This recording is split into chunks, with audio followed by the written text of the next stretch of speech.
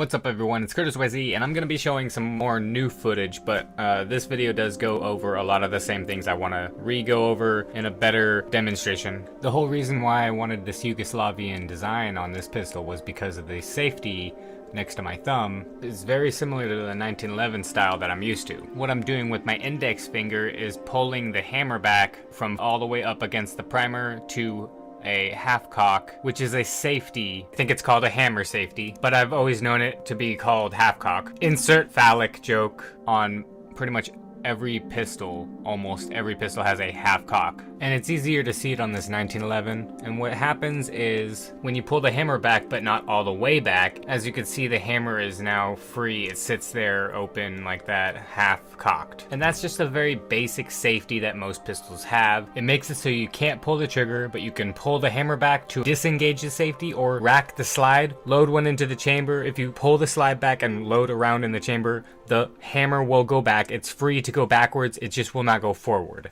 I have new footage here just to demonstrate this process in greater detail, because it is kind of a sketchy part of handling the weapon, because you are dealing with pulling the trigger in order to disengage the safety. To disengage the safety and make it so you can fire, you simply pull the slide back, or if there's already a round in the chamber, you just pull the hammer back. Now that we're at this stage, let me point out another feature that this 1911 and most 1911s have. It's a grip safety. You could see it maneuvering as I pull the hammer back, and what that is you have to be holding the gun securely and firmly in order for you to disengage the safety. You push in that little lever. So all it takes is for you to be holding the gun properly. So it's just a safety precaution. If you're not holding the gun properly and you try pulling that trigger and your hands all funky on the gun, you won't be able to pull the trigger because you gotta hold the gun properly. I personally like this safety. I have no problem with it because I want to be holding the gun correctly as I shoot. I should be, as it is anyways, so it should never be an issue. It never has been an issue to me. I never even notice it. To me, it's a cool feature, a cool design. That being said, to disengage the safety without having to fire the gun, you have to disengage the grip safety by holding the gun properly, of course. But the only way to do it with one hand is by pulling the hammer back all the way back, and as you can see very subtly, there's an indentation for that hammer to push down on the grip safety. That is what you're supposed to do. You pull the hammer back all the way, push that grip safety in. That allows you to be able to pull the trigger without technically having to hold the weapon the proper way. You could do it with one hand if it's necessary. When you do this, you can put it either back into its half cock, or you can put it all the way up against the firing pin, which means that you have to hold the trigger the whole time until the hammer is all the way up. Do that with caution, as you are putting the hammer to the firing pin, which is how you fire the bullet. By the hammer striking the firing pin fires the bullet, so if there's a round in the chamber, you definitely want to lower that hammer with extreme caution and with ease. Now the whole point of explaining that is so that I could show you that this 1911 only engages this thumb safety right here, the one that I am manipulating with my thumb, when you have the hammer all the way back. This thumb safety is only used when the weapon is loaded. Let's say the pistol is in your holster and it's loaded and the thumb safety is on. You pull the pistol out of your holster to engage in combat, disengage that one thumb safety, and you're ready to go. Here you can see that the trigger is not going anywhere, even if I'm holding the grip properly. Not going anywhere. It's in half cock. Not gonna go anywhere. I've also seen some people like to wedge their finger in between the hammer and the firing pin. That way it is impossible for the hammer to strike the firing pin. This isn't recommended. What's recommended is that you learn how to decock, put your weapon in safe, disengage your safeties properly and safely. Now that you know you can't engage this thumb safety with the hammer up or in its half cock position, all that was just to show you that you can on this Yugoslavian M57 Tokarev. Let me show you in greater detail. This is the same weapon, just fully modded, as we'll see in the end of the video as I get to it. But here I'm going to show you that you can engage the thumb safety when you have it in half cock. Once you have it in half cock and you have the thumb safety engaged, you cannot pull the hammer back in order to fire the weapon. You have to disengage the thumb safety, then pull the hammer back. Once the hammer is pulled back, you can engage the thumb safety again. What's nice about this feature is the thumb safety can let you know if your hammer is in a half cock position or if it is fully up against the primer. As you can see here, it's kind of hard to tell what position it's in. Right now the hammer is all the way up, and now the hammer is in half cock. And as you can see, there's not much difference between all the way up and half cock. In my other video, I mentioned how the hammer safety might not be very reliable. Ultimately, what everybody is talking about when it comes to this is if the hammer is like this, fully up against the firing pin, and you have a round in the chamber, and if you hit that hammer hard enough, you can make the round go off. That's if the hammer is not in its half cock safety. If it's in half cock position, you're probably pretty safe. You obviously don't want to be hitting the back of your gun regardless. So as you can see, the thumb safeties are similar but slightly different, but ultimately that's why I got it, because the thumb safety was so similar at least, and it's easier to work with because of how similar it is. Now we can move on. I think what I'm trying to show you here is that the gun is unloaded, but obviously this is old footage. The other thing I wanted to show you is I put the Pierce grip over my black rubber grips. So the finger grooves that you see in front is actually an attachment, a rubber piece that I placed underneath these grips. There's holes in it and it fits with the grip screws. The pistol came with these grips. Well, at least one of the pistols did. I had to buy another set of black rubber grips. In this case, I bought some with 0 logos. Originally, it comes with wood grips. Now what I'm showing is the dimensions of the trigger guard, and underneath the barrel, the rounded area that I am showing you is very similar in almost every dimension as my 1911 that you see me handling, as well as this M57 Tokarev. Now I just eyeballed it, but that's how I knew that I would be able to use the laser sight fitted for the 1911 for the Tokarev. And the reason I knew that is because the Tokarev is a ripoff of the 1903 pocket hammerless Colt pistol. The 1903 hammerless pistol has no hammer, and if you look at this Tokarev, it has a very flush hammer system, which I think is heavily inspired by the lack of hammer style from the hammerless. Randomly here I'm showing you that the magazine adds a little bit of extra grip to the handle of this small compact size 1911. Now I have these two pistols lined up from the barrel parallel to each other. If you look closely, you'll see that these handles are not the same angle. The 1911 on the left is a little bit more of an obtuse angle, while the Tokarev on the right is a little bit more of a straight angled grip. It is argued that the straight angled grip is better for getting on target quickly with very little need to adjust aim. What ends up happening when you raise your weapon to shoot, your finger will tend to point in the direction you are trying to shoot. But if your finger is not parallel with the barrel, then your barrel will not be pointing in the same direction your finger tends to be pointing. The reason the Tokarev is supposed to be better at that is because if you look at my index finger and you see my index finger is also parallel with the barrel, the 1911 will not do that. The index finger tends to point more downward, not as parallel.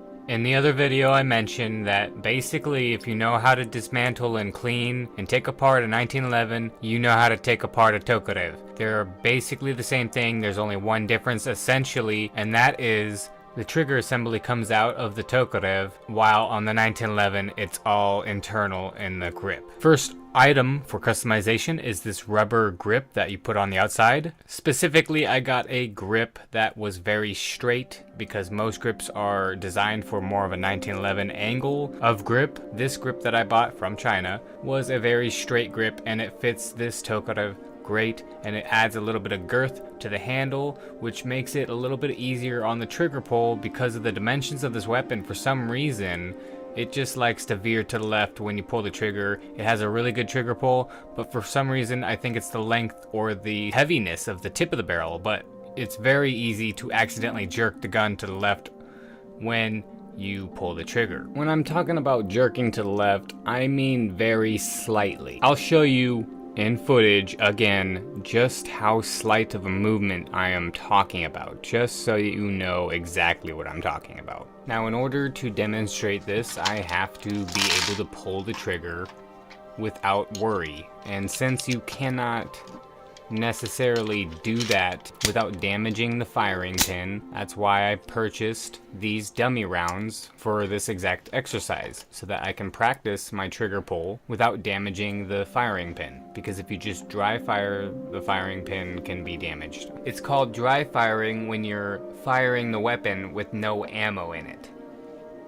It's dry. There's nothing in it. That's dry firing. There's no ammo in there. There's no cartridge. Nothing. No bullet in there. What you do is you buy these dummy rounds, you put those in, and when you pull the trigger, the firing pin hits the primer of these dummy rounds, and it doesn't damage the firing pin. If you use the dummy rounds, safe to dry fire. If you don't have anything in there, it's not good for your firing pin. You could damage it by doing it over time. But as you can see, most of that's just me trying to hold steady, but when you pull the trigger, sometimes it moves slightly to the left, and that's all I'm referring to. Now let's go over the breakdown process again. I like to use this plastic rubber brush because it cannot hurt the metal and it's not going to scrape anything. This clip is what you have to detach from that little knob, and once it's detached, you can then pull this pin out. This pin basically holds everything together and it's locked in by the other pin. You got to pull the slide back just a little bit and the pin will be relieved of tension, so that the slide can now be released. Now that the slide is off, I can take everything else out. Like I said earlier, extremely similar to the 1911. One major difference is this component that I'm about to pull out. This guide rod has an arm bend in it, so it makes it a lot easier to pull it out, versus the 1911 is just a solid straight bar. For the 1911, you have to take off the barrel bushing, which I'm taking off of this Tokarev right now first, then you can take the guide rod out easier regarding the 1911. But with the Tokarev, it's a lot simpler with that bending arm. It is a feature I really do like. Now we're on to the next item, which is the muzzle brake. Purchased it off eBay, $40 I think. And as you can see, I'm kind of fiddling with it and I finally get it.